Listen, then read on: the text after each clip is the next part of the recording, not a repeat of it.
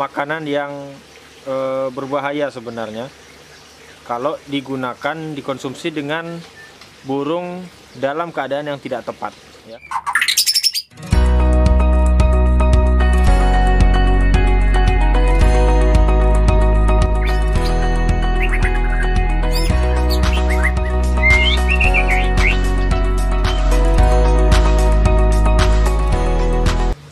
Halo guys, apa kabar semuanya? Kembali lagi di channel Kobe TV. Dan di pagi hari ini saya mau ngasih makan burung-burung yang ada di kandang aviari, ya. Nah, jadi saya sudah ada makanannya. Ini dia. Ini adalah ulat Hongkong, ya. Nah, jadi kenapa saya kasih makannya ulat Hongkong nanti akan saya jelaskan di video ini guys, ya. Nah, jadi cara ngasihnya saya hanya nyebar aja seperti ngasih makan ayam, ya. Ini saya kasih. Iya, tuh para burung mulai berdatangan. Nah, di sini. Jadi nanti akan saya jelaskan apa alasannya saya ngasih makan ulat Hongkong ke burung-burung ini, ya. Jadi untuk ngasih makannya saya nggak teratur, ya. Kadang saya kasih, kadang enggak, lihat kondisi dan situasi, ya. Karena enggak sembarangan bisa kita kasih makan ulat Hongkong. Ulat Hongkong ini juga makanan yang berbahaya sebenarnya kalau digunakan, dikonsumsi dengan burung dalam keadaan yang tidak tepat, ya. Maka dari itu kita harus berhati-hati untuk memberikan pakan ulat Hongkong ini. Nah, salah satunya di sini di kandang aviari. Kenapa kok saya berani ngasih ulat Hongkong? Yang pertama adalah kebetulan trotolan-trotolan ini memang lagi masanya pertumbuhan, ya. Jadi nggak masalah kalau kita kasih pakan yang agak berlebihan gitu, ya, seperti ulat Hongkong, kroto dan sebagainya.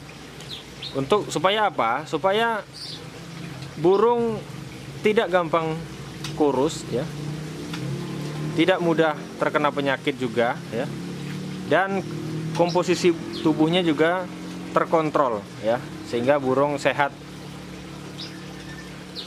Karena di umur 1 bulan sampai 1,5 bulan atau 2 bulanan sampai 2 bulanan, 1 sampai 2 bulan lah kira-kira, itu disitulah di saat burung-burung trotolan ini diuji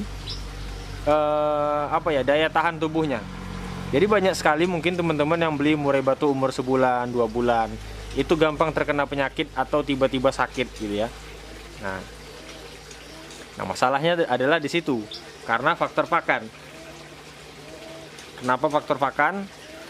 Karena indukan baru saja lepas asuh, ya, lepas asuh dengan anaknya, karena indukan sudah mulai sibuk dengan kegiatan barunya, yaitu mengerami telur-telurnya, ya, telur-telur baru atau adik-adiknya si trotolan-trotolan ini, ya.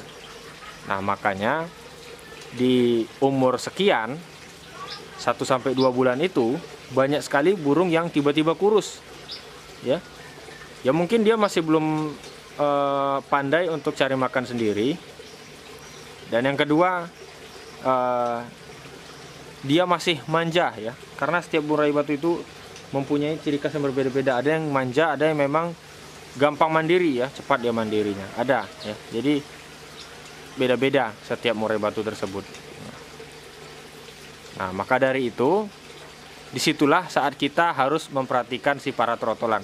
Tuh lihat yang di bawah sana sudah mulai gembung-gembung. Itu dia menandakan pakannya itu masih kurang tercukupi karena dia masih minta dengan induknya. Coba nanti kita perhatikan, pasti dia mengejar indukannya. Biasanya seperti itu.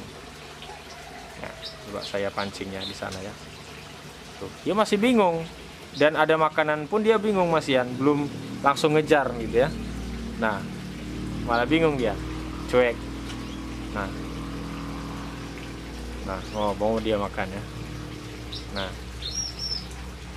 Nah, jadi ulat Hongkong ini adalah pakan yang cepat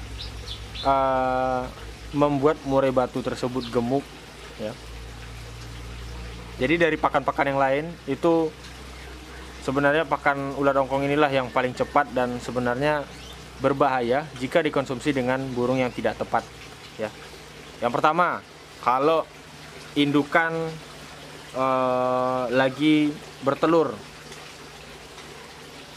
atau dia lagi mengeram, atau dia lagi mempunyai anakan yang umurnya 1-3 hari, itu sangat berbahaya jika dikonsumsi dengan murai batu tersebut. Kenapa seperti itu?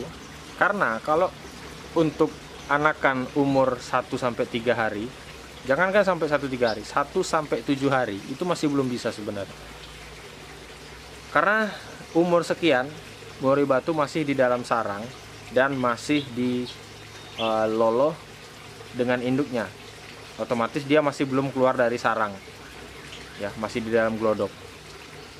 Nah, jadi efek kalau dia makan ulat ongkong ini, yaitu adalah anakan, kotoran anakan itu encer, tidak menggumpal seperti normalnya, gitu ya.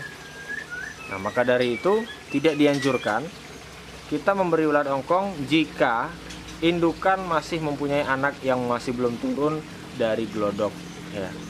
Nah, kapan dikonsumsinya? Yaitu umur 1-2 bulan ini. Itu lebih bagus. Nggak masalah, guys, nggak usah takut. Mas, nanti over birahi. Belum. Umur segini belum ada yang namanya over birahi. Saya sudah banyak membesarkan trotolan atau menyelamatkan trotolan dengan ulat ongkong ini, ya.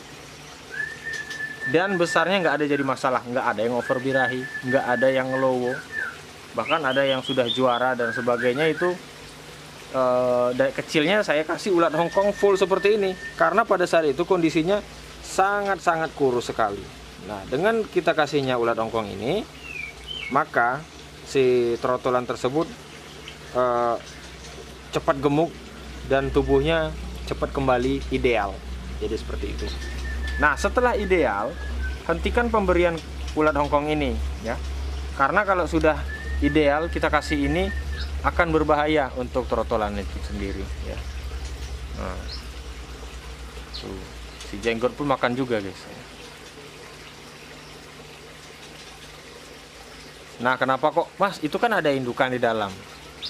Nah, untuk indukan itu saya lihat kalau indukan jantan sebenarnya nggak begitu masalah jika dia terumbar seperti ini, ya. Ini kan dia lingkungannya luas, ya. Jadi otomatis dia olahraga di dalam kandang ini, terbang sana kemari, ya. Jadi dia bisa mengatur porsi tubuhnya. Nah, kalau kandangnya kecil, nah gimana dia mau olahraga, ya, terbang sana kemari. Makanya burung banyak kegemukan, ya. Nah, ini sudah saya buktikan sendiri, karena burung ini aktif, ya, rata-rata aktif semua. Otomatis kalau burung aktif nggak apa-apa kita kasih ulat ongkong, ya. Dan juga tetap dijaga, bukan berarti burung aktif kita kasih terus, tidak, ya. Tetap kita kasih ada takaran sekali beberapa hari, gitu, ya. Jangan tiap hari kita berikan ulat ongkong ini, ya, karena tidak baik efeknya untuk si burung, ya. Jadi seperti itu. Maaf ya kalau gambarnya agak gerak-gerak karena kita belum pakai stabilizer. Itu trotolan tuh. Nah, makanya kita harus kontrol terus trotolan-trotolan yang ada di dalam kandang aviari ini, ya. Ini indukan baru-baru mau mengeram. Nah, indukan ini kita harus juga kontrol. Jadi jangan sampai dia aktif makan ulat ongkong seperti tadi di bawah, ya. Kalau dia sudah kelihatan banyak sekali terlalu ini nafsu makannya, itu kita usir. Sebenarnya ada satu cara supaya indukan tidak memakan ulat ongkong pada saat kita berikan seperti tadi, ya. Dengan cara pada saat indukan ngeram di sini, masuk glodok, barulah kita sebar ulat ongkongnya tadi, ya. Mas, gimana untuk bejantan? Bejantan juga tetap harus kita kontrol, ya. Dan alhamdulillah di sini pejantan tetap menjaga porsi tubuhnya, ya. Dan juga saya perhatikan di sini pejantan ini dia mempunyai batasan. untuk mengkonsumsinya. Misalnya sudah 10 ekor dimakan, dia sudah terbang, nggak balik lagi. Ini buktinya, padahal itu masih ada ulat ongkong di bawah ini. Dia nggak mau nafsu. Ini ada ulat ongkong, ya. Ini ada ulat ongkong. Tuh, ini tempat kita lempar tadi. Tapi dia nggak mau lagi, ya. Karena dia sudah tahu jika dikonsumsi dengan banyak, bahwasanya dia pastinya pertama kekenyangan, yang kedua akan tidak baik hasilnya, ya. Jadi biasanya kalau burung yang makannya agak rakus, nah itu biasanya dia burung kelaparan atau jarang pernah makan, tidak pernah makan. Makanya di sini kita biasakan setidaknya itu sekali 2 hari, sekali 3 hari itu kita berikan ulat ongkong untuk pengenalan supaya dia terbiasa dan juga tidak kepo dengan makanan tersebut. Kalau dia kepo, otomatis kalau sekali makan, sekali ketemu makanan ini langsung dilahap habis-habis, ya, sebanyak-banyak mungkin. Itulah yang menyebabkan indukan lemak ataupun kegemukan, ya, jadi seperti itu kuncinya sebenarnya. Nah, ini satu lagi, ini adalah betina ini trotolan yang sudah mau jadi betina dewasa. Ini tinggal dorong ekor. Nah, untuk ini sangat bagus, sangat dianjurkan untuk memakan ulat ongkong, ya. Karena di saat ini dia sedang masa pertukaran bulu trotol ke bulu dewasa, ya. Jadi nggak masalah kalau untuk burung ini. Justru kalau dia mengkonsumsi ulat ongkong, dia lebih cepat untuk birahinya. Tapi dengan catatan jangan sampai berlebihan juga, ya. Otomatis nanti dia kegemukan dan malas. Nah, ini dia masih aktif. Ini masih seperti murai batu hutan. Kalau Anda lihat ini, perhatikan aja gerak-geriknya nanti. Geraknya itu cepat, ya. Itu kalau burung memang tuh perhatikan. Geraknya cepat. Aktif. Ya, kalau burung kegemukan itu dia gerakannya lambat dan terbangnya juga nggak begitu jauh. Nah, itu dia aktif, ya. Nah, untuk trotolan ini selalu saya cek. Kemarin kebetulan kedapatan saya tangkap malam harinya. Memang kondisinya agak kurus, ya. Jadi memang dibutuhkan dia asupan makanan yang berlebih, ya, seperti ulat ongkong, kroto, jangkrik, ya. Jadi seperti itu. Nah, mungkin itulah tadi sekilas seputar tentang pemberian ulat ongkong di kandang aviari ini. Jadi di sini saya ngasih makannya juga bukan sembarang ngasih, juga bukan asal-asalan, tapi kita tetap mengikuti aturan dan mengetahui kondisi-kondisi tubuh murai batu yang ada di sini, ya, supaya tidak terjadinya suatu masalah, ya, seperti buang anak, pecahkan telur, rontok bulu yang tiba-tiba, bulu keriting dan sebagainya. Nah, supaya kita menghindari tersebut, ya, hal-hal tersebut. Nah, maka dari itu semua harus dalam kontrolan kita, ya. Mana betinanya tadi? Dia. Kalau itu nggak masalah tuh, agak banyak. Itu langsung rontok kan, padahal umurnya baru sekitar 5 bulan kurang. 5 bulanan lah. Taruhlah 5 bulan, mau masuk 6 bulan. Tapi dia sudah ganti bulu. Tuh, tetap aktif.